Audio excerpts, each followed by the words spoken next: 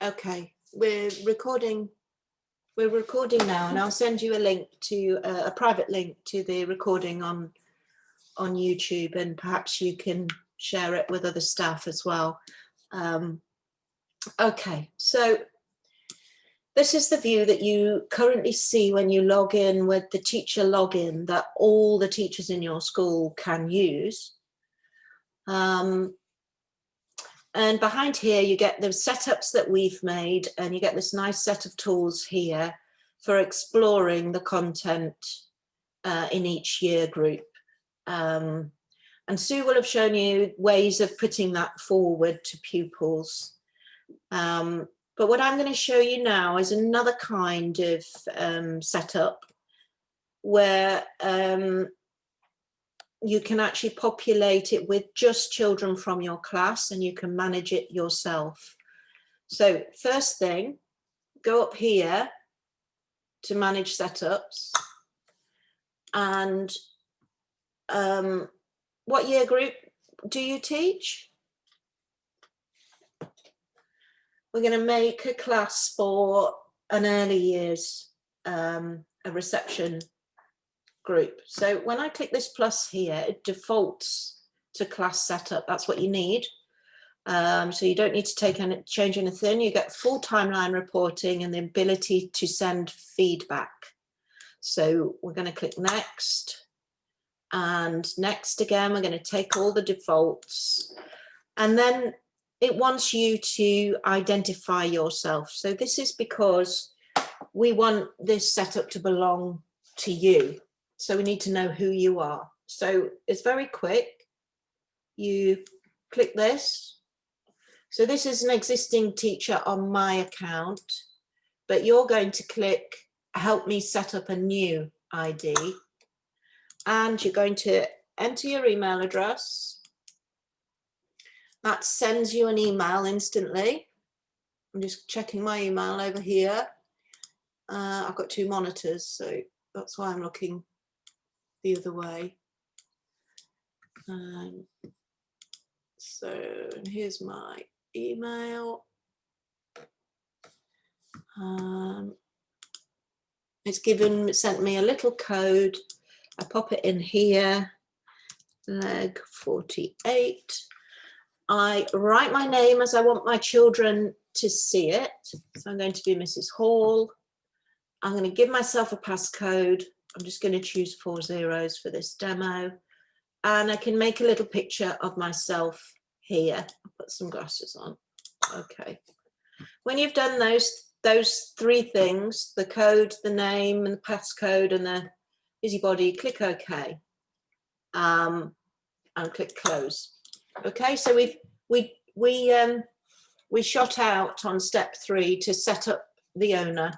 Once you've got an ID on Busy Things, the next time you make, say, another setup for a smaller group of children or so on, it will know who you are. It'll just get you to log in with your 4-digit passcode. So, okay, so we'll be Oak class, and I'm going to be upper reception content. I'm going to change the icon. Hopefully you did all this with Sue. I'm going to be the fish. And I'm going to change the background. And click next. And click save. Okay, so slightly different this time because we didn't change it to a simple setup. We kept the default of a class setup. And if you look in the background here, it's calling it a registration group. Now that's because it's going to be a class setup with all the pupils that you normally take the register with. So the pupils you are responsible for. And you can see that the icon is different here. It's got a red box around it. That's because the children have to identify themselves to enter it. And it's got a teacher and some pupils there. So it's a closed setup.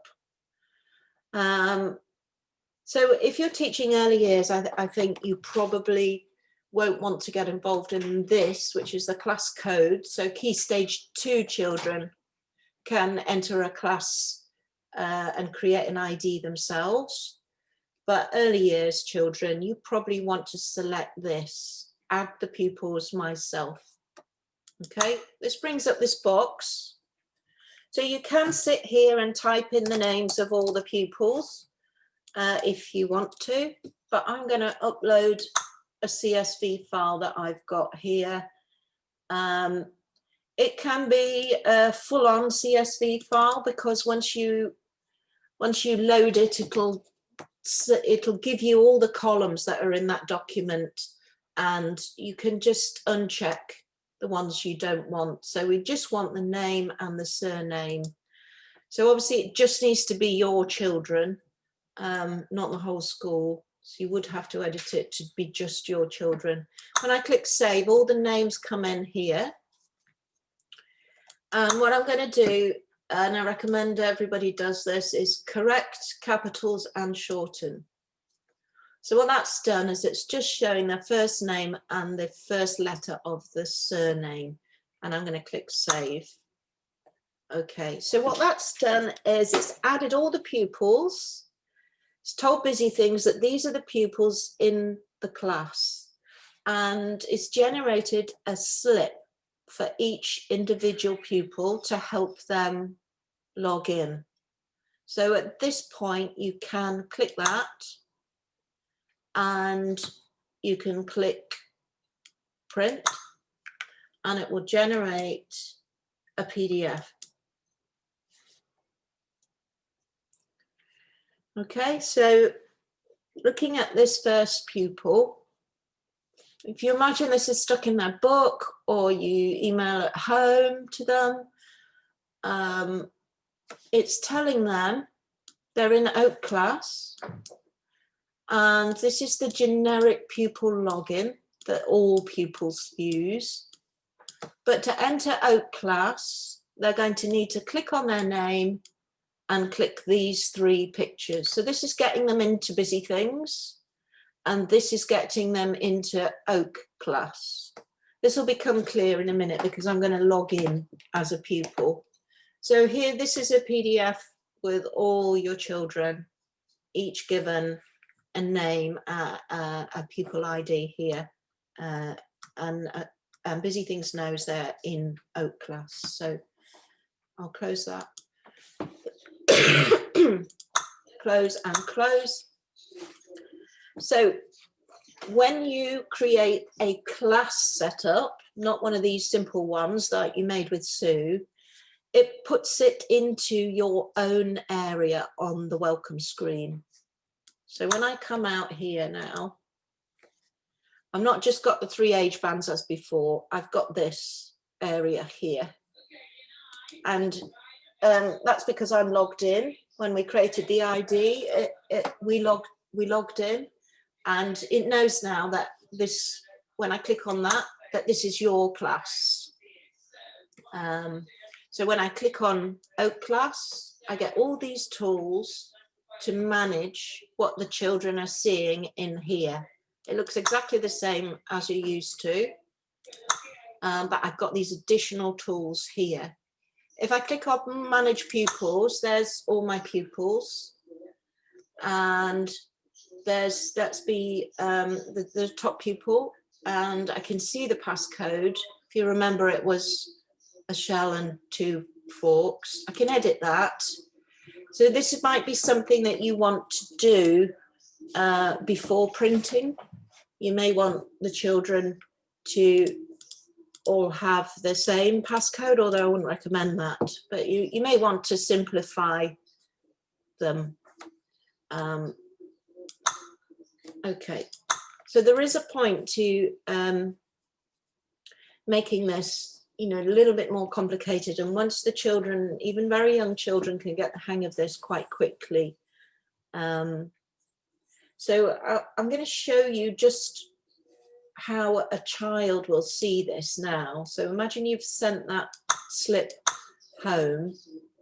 I'm going to go to pupil mode. Once a class exists in your school, there will always be a My Busy Things area, and it will always ask whoever is looking at it to identify themselves. So if you click on that, the only class that exists on this school at the moment is Oak class, because we've just made it. The children will select their class, select their name, and then put in their passcode. Okay, so then what they're seeing now is their setup, which you can manage and customize, their files, their assignments, messages from you, and a timeline of all the things they've been doing, which is nice for the parents. Is this okay so far, Rachel?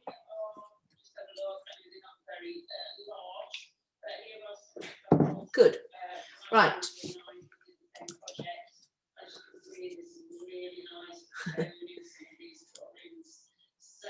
Okay. Right, so I'm going to go back now. I'm just giving you a quick peek of what the children see once you've made a class. But I'm back here now.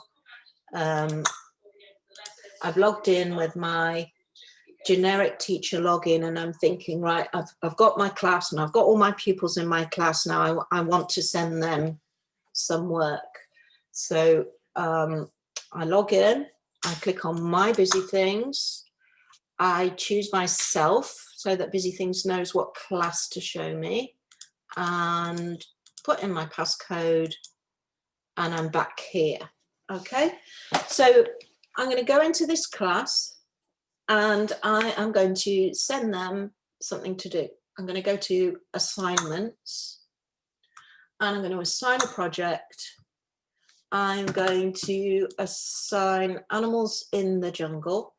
Hopefully Sue showed you all these search tools. I'm not going to get into that. I'm just going to pick activities, but there's a lot to search through before you make this decision. But I'm just going to choose this one, assign activity. I can give it a title and some instructions and click next.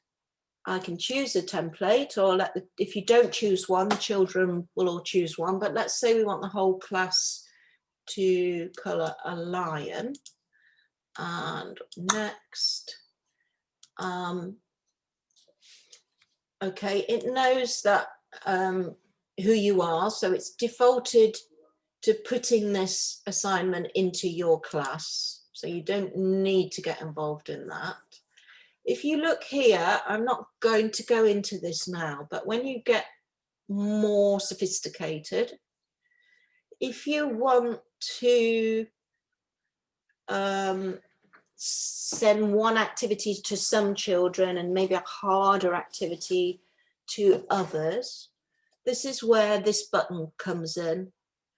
You start creating teaching groups. If I click that and go through the process of creating a teaching group, it will ask me which children from Oak class I want to put in it.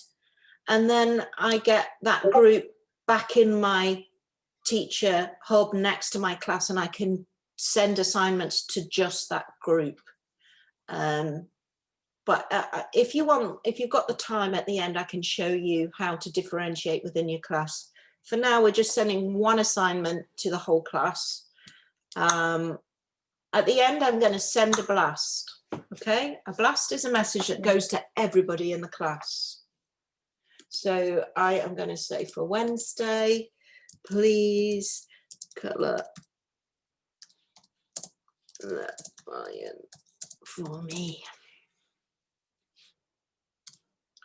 And click confirm and close. Close.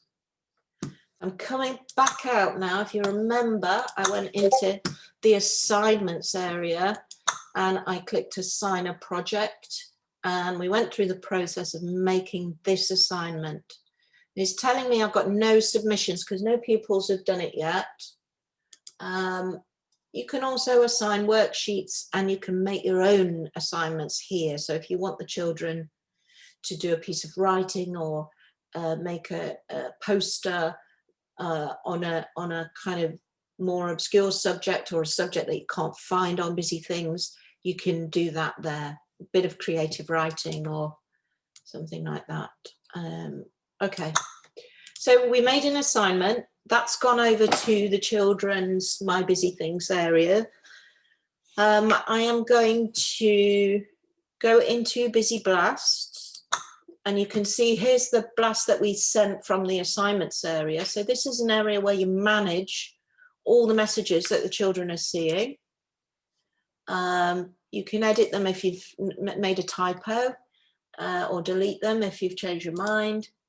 And you can also send from here a basic blast, which is something that isn't attached to anything. It's just a message to the whole class, or an activity. So let's blast action time. I'm going to just check the settings here first. So it's on 1 to 20. Let's change it to 1 to 5. And then I'm going to blast it. And I'll say for Wednesday again, and I'm going to say practice counting to 5 and confirm close. Okay, so we've got another one now. So these two messages are live to all the children in my class right now. And if you look, it says the date that you sent it and how long it's live for. I didn't point that out. I'll do it now. When you send a blast, you can either make it appear on a day in the future, so you can plan ahead, and you can say how long it appears for. So you could do a whole week of work and be rest assured that different messages are coming through on each day of the week. Okay, so we've done 2. I'm going to go off now and be the pupil and do those that assignment and play that game. So what we need to do is log in as a pupil like this. I'm doing it in an unusual way, but obviously a pupil would go to busythings.co.uk, put in their classroom login, click here, click their class, click their name, and enter their code. Okay. So what she's seeing now is the 2 blasts that you've sent her, a little sign here that she's got an assignment, which is this. She hasn't yet made a picture of herself, so she can do that.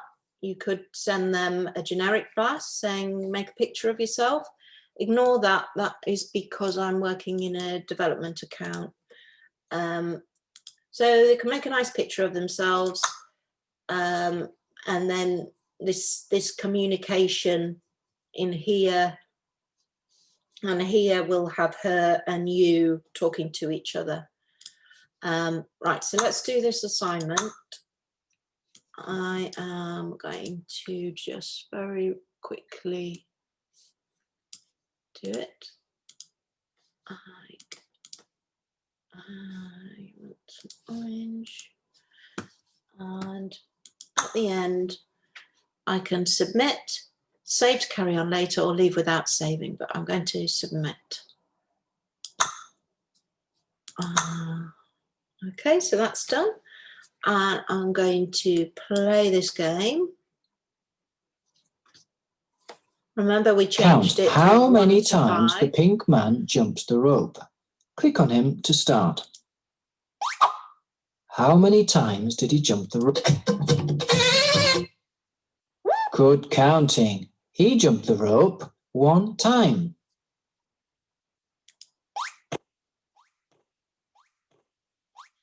How many star jumps did he? Right, okay, so we did a bit of that. Now, if the children go in here and just do some things on their own, so say that you've got a child who particularly likes the art games and spends some time. We're getting there. Making a nice picture. And saves it.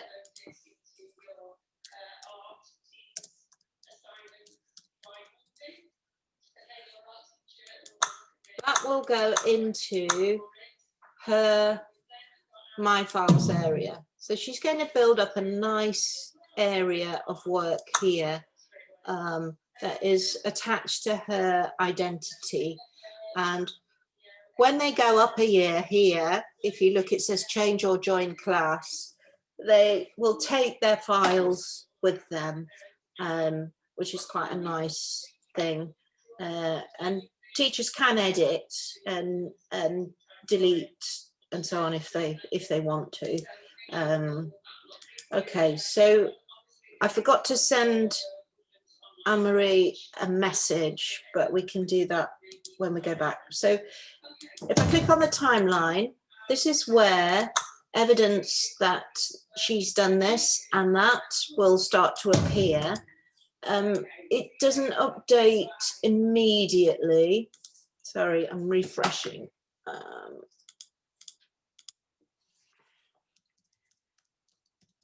I'm logging back in, switching back to pupil mode, coming back in as Anne-Marie. I'm looking in my timeline. No, they're not there yet. So they will be in the next few minutes. But obviously we can't be updating everything every few seconds. So I'm going to switch back now and send Anne-Marie some feedback as the teacher of Oak Class on the work that she's been doing. So let me just switch back over to teacher mode. So this is where you would be logging in the next day to have a look what the children have been doing. You log in with your teacher, all teacher login, click on My Busy Things, click yourself, put in your passcode, and it knows that you are the owner of Oak Class. So when you go in here and click on the timeline, you would see evidence of what the children have been doing. It's still not there, but we'll have a look in assignments, and you can see that we've had one submission, which is the one that Anne-Marie's just done. So I can jump on here to results. It's telling me that these are all the pupils in my class that haven't yet done it, and I can send a reminder here. But if you imagine a nice long list of all the lions here, you can start using these check boxes to send feedback to selected. You can click on the images to see them a bit bigger, and you can also send individual feedback off this red button here, export as PDF. But I imagine you've not got time to start doing individual feedback, so always keep an eye on what comes up here when you start using these check boxes. You've got export selected as PDFs, and send feedback to selected. So well, imagine there's lots of children in this list, and you just want to say to everybody, this is fantastic work. And close. So that message has gone off to all the pupils we've selected and will appear in their messages area with a little thumbnail of the work that you're talking about. And I'll show you that in a minute. Let's go back in here. No, we're right on the wrong side of the 15-minute refresh, I think.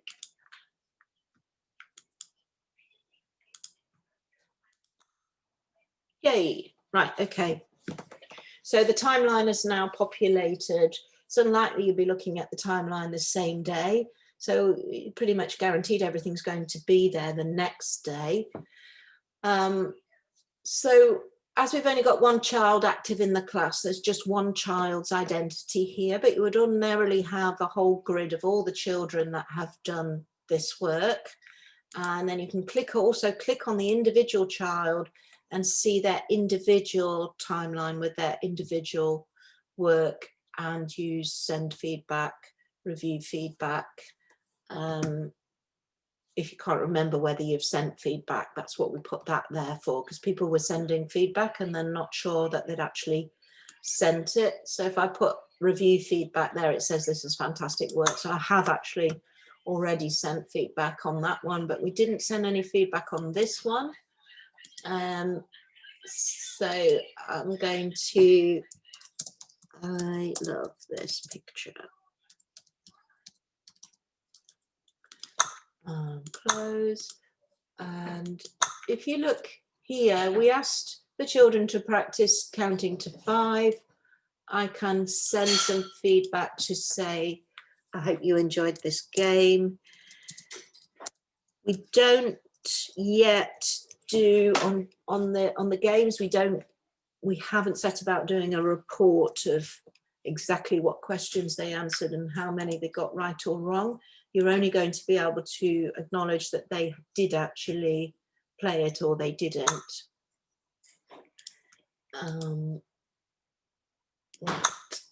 Okay, so I'm going to finish off now by going and being the pupil and reading the feedback that the teacher has sent me.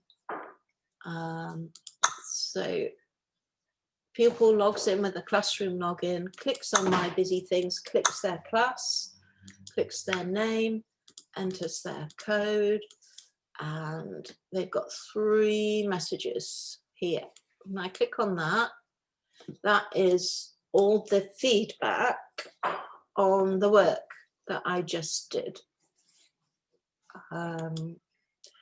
So that is it. Is there any further detail that you would like, or anything that springs to mind that you think you might want to do that I haven't shown you?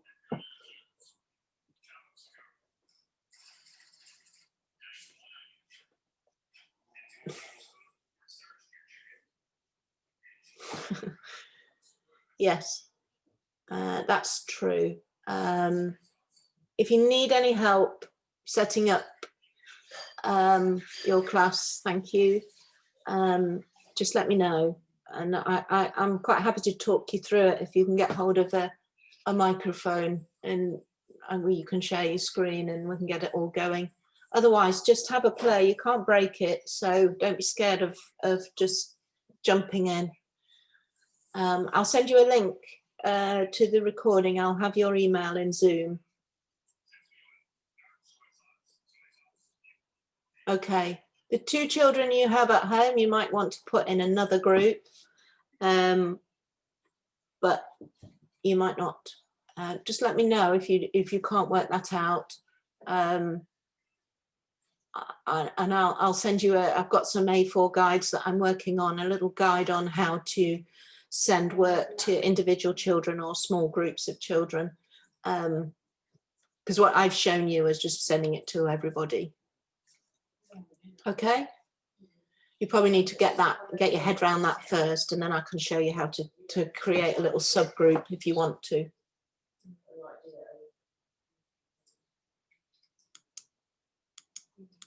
Yeah, if you read it, you'll be amazed how many teachers don't read it. If you actually read what we're writing on those steps, there's a lot of text, I know. It will be clear, should be clear. Okay, thanks then, Rachel.